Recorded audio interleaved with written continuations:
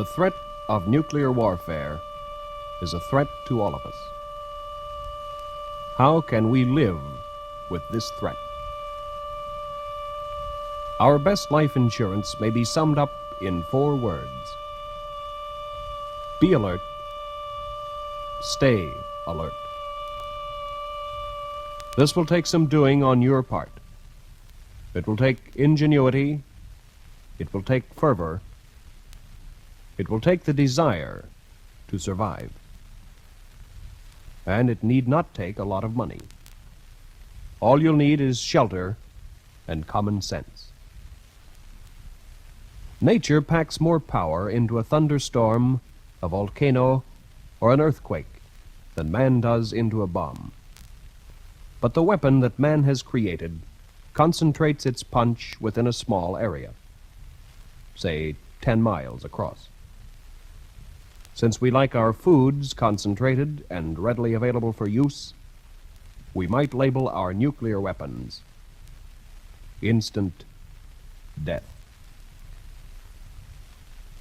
There's no doubt about it, if you live within a few miles of where one of these bombs strike, you'll die instantly. You'll also die if you live downwind from where the bomb falls, even a few hundred miles away. It may be a slow and lingering death, but it would be equally as final as the death from the bomb blast itself. You'll die unless you have shelter. Shelter from the intense heat and the radiation that is the byproduct of a nuclear explosion. Some of this radiation disappears in the twinkling of an eye. Some of it lingers for thousands of years. You must have protection against that radiation. A home shelter can provide that protection. The Office of Civil and Defense Mobilization has given long study to the problem of home shelters. It's been found feasible, practical, and also fairly cheap. Thus, the President of the United States has urged a program of home shelters. The OCDM has provided plans for them. They're contained in a booklet called The Family Fallout Shelter, and booklets will be found with this record album.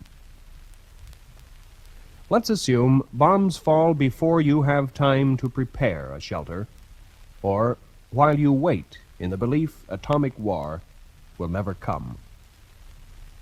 We can always hope that man will never use such a weapon, but we should also adopt the Boy Scout slogan, be prepared. The first alert is sounding. You hear it in the background. What will you do? There are 3 courses of action open to you. They'll vary in different sections of the country. Evacuation can lead to massive death tolls if carried out in big cities by panic-stricken people. In some places, you're advised to leave the city or the target area if it's known. In other places, you're told to seek shelter in pre-established areas or go to your own family shelter. For since the advent of the intercontinental missile, the time available for evacuation now can be measured in minutes instead of hours.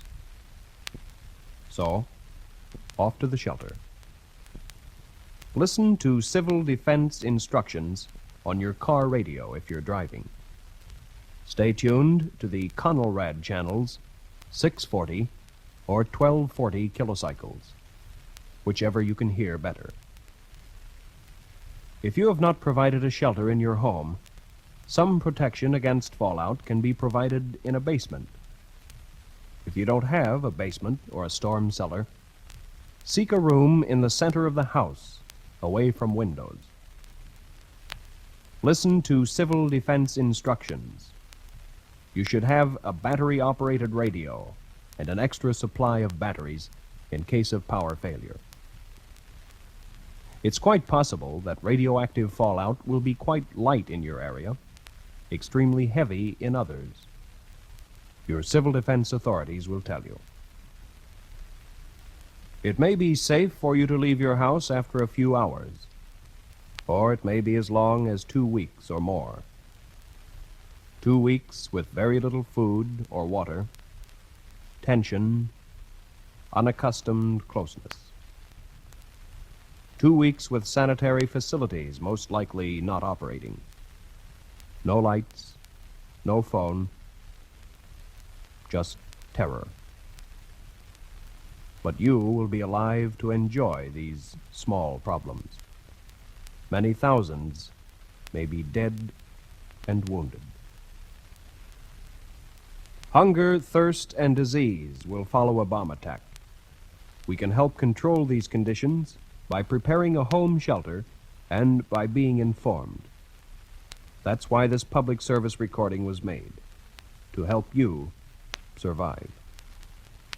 Under certain conditions, a person can live without food for 2 weeks if he has water. Medical authorities tell us that the psychological factor is worse than not eating.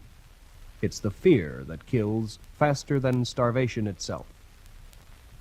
But it's wiser and far more comforting to provide shelter, food, water, and sanitary conveniences if we hope to live after a bomb falls. Let's take a look at the family-type shelters. These have been devised by experts: Stanford Research Institute, Army Signal Corps, and Naval Radiation Laboratory. They've been tested against atomic weapons at the vast Nevada test site. There's the above-ground double-wall shelter. Expensive, but capable of withstanding blast as well as fallout in most cases. There's the basement concrete block shelter, if your basement's big enough for it. The underground reinforced concrete shelter can be built as a basement within a new house, or it can be buried in the backyard. There's the pre-shaped metal arch shelter, a half-dome of corrugated iron culvert covered with earth, or the reinforced concrete pipe shelter set on end below ground. Depending on family size and requirements, they range in cost from $200 to $1,500. Before you build, consult a contractor and check your local building laws. Radiation which drifts down or falls out of the mushroom cloud marking the explosion of a nuclear weapon has great powers of penetration, like an arrow piercing an apple. 2 feet of concrete or 3 feet of earth will provide the protection necessary against fallout. Your shelter should provide 10 square feet of floor space per person, and it must be provided with filtered ventilation. A hand-operated blower is essential for underground shelters. Sleeping accommodations can be either bunk beds that fold up or hammocks, which can be taken down when not in use. Electric current probably will be unavailable, whereas continuous low-level lighting can be provided by means of a 4-cell hotshot battery wired to a flashlight bulb. Have spare batteries, and have a flashlight or Coleman lantern when brighter light is needed. You'll need a battery-powered radio with an outside antenna to pick up civil defense instructions. For the period immediately following an attack, all CONELRAD stations will be operating at reduced power. And don't forget those extra batteries. You'll need lots of food and supplies, first aid and sanitation equipment. You'll be told about these on the other side of this record. And there's much valuable information provided in the folders within this album. Read them and keep them. Your life may depend on them. Meanwhile, let's go back and summarize some of the essential facts you'll need to know to survive a nuclear attack. First, learn the warning signals.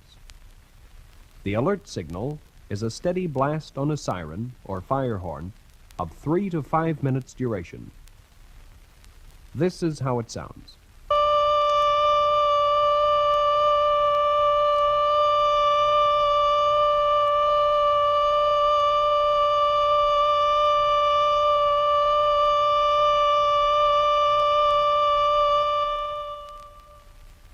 The take cover signal is a wailing tone or a series of short blasts of 3 minutes duration.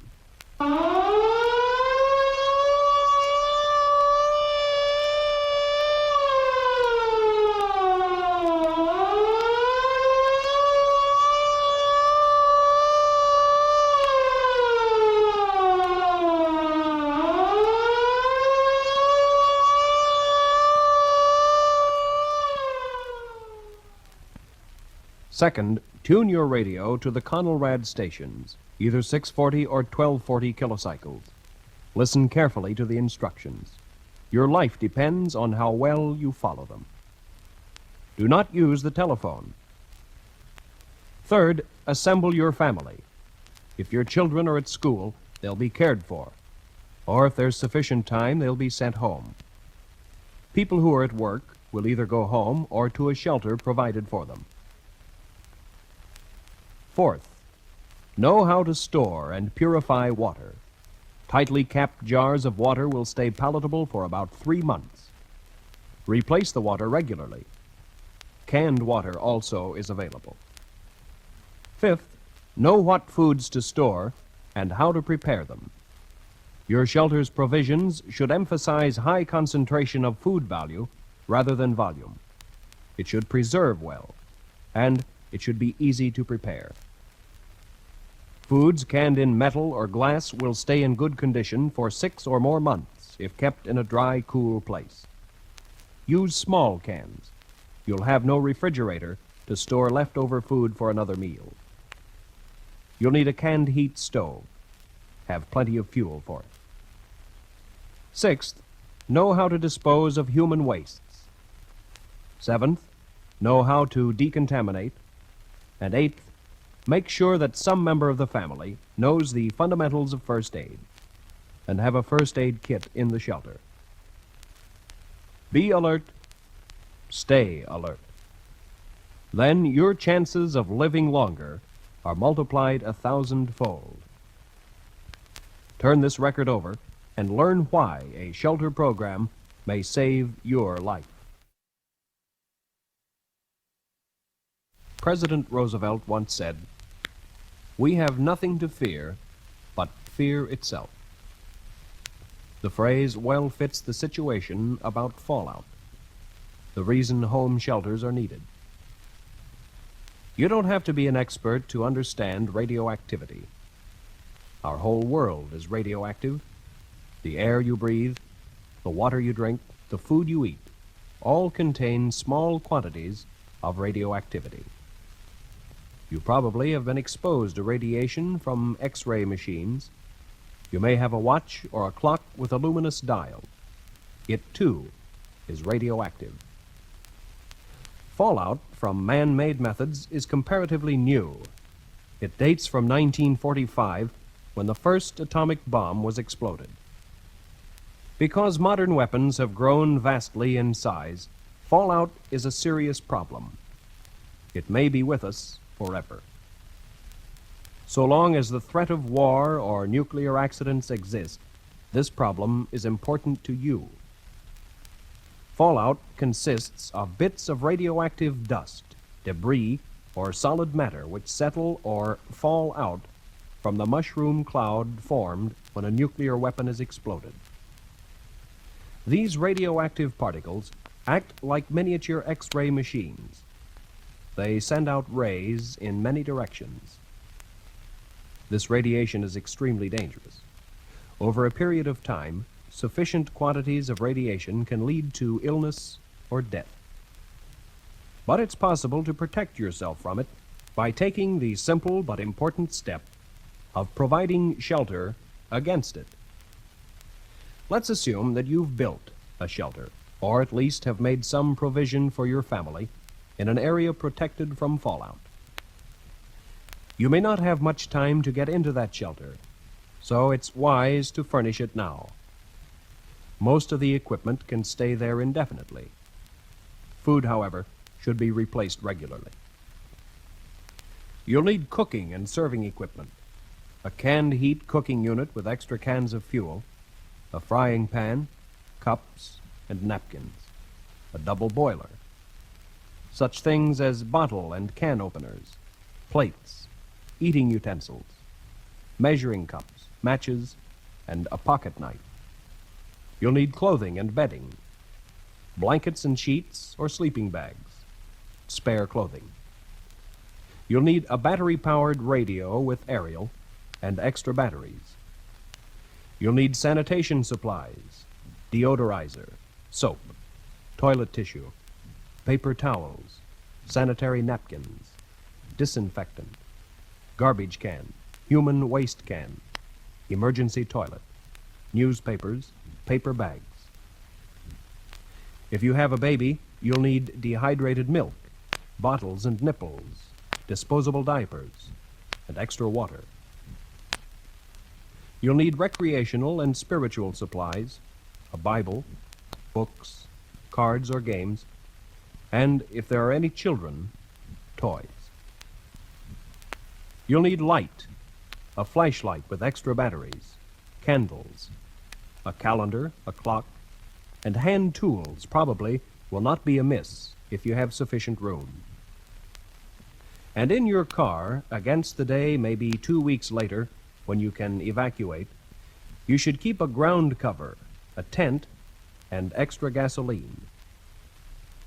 Most important to you and your well-being is a proper supply of food. Actually, a human being can live well beyond 2 weeks without food if he has water, but it can be a nervous strain, and there's no reason to impose this upon your family. Just keep this in mind. A balanced ration is important. The smart housewife will select foods that require little space for storage, that keep for months without refrigeration, and that require little or no cooking. If it's required by the presence within the shelter of toddlers or invalids or diabetics or old folk, provide special milk or strained, chopped, or other special foods. Small cans and jars, sufficient only for a single meal, are best for foods which spoil rapidly. Remember, you'll have no refrigeration. The Stanford Research Institute has prepared survival plans for its own employees, providing a list of foods which it finds sufficient to provide an adult with 2,000 calories per day for 2 weeks. Multiply the amount in the list by the number of people in your family, and you'll know how much to stock in your basement. After you've heard the following list, you may want to play it again while you copy down the food you'll need. The first item is milk. Dry, non-fat, 20 ounces. Evaporated, 14 ounces. Then juice. Tomato, grape, apple, 64 ounces. Get it in bottles with crown caps only. Juices will spoil if left too long in metal cans. Fruits. Applesauce, pears, peaches, apricots. Make sure that they're in glass jars with glass lids. You'll need 112 ounces per person. Vegetables. Corn, peas, beans, spinach. 112 ounces. Soups, canned or, if dehydrated, in cans. Avoid tomato soup. You'll need 112 ounces again. There are lots of one-dish meals available, such as chicken and rice or noodles, pork and beans, baked kidney beans, chili con carne, and beef stew. When you get pork and beans, buy the brands without tomato sauce.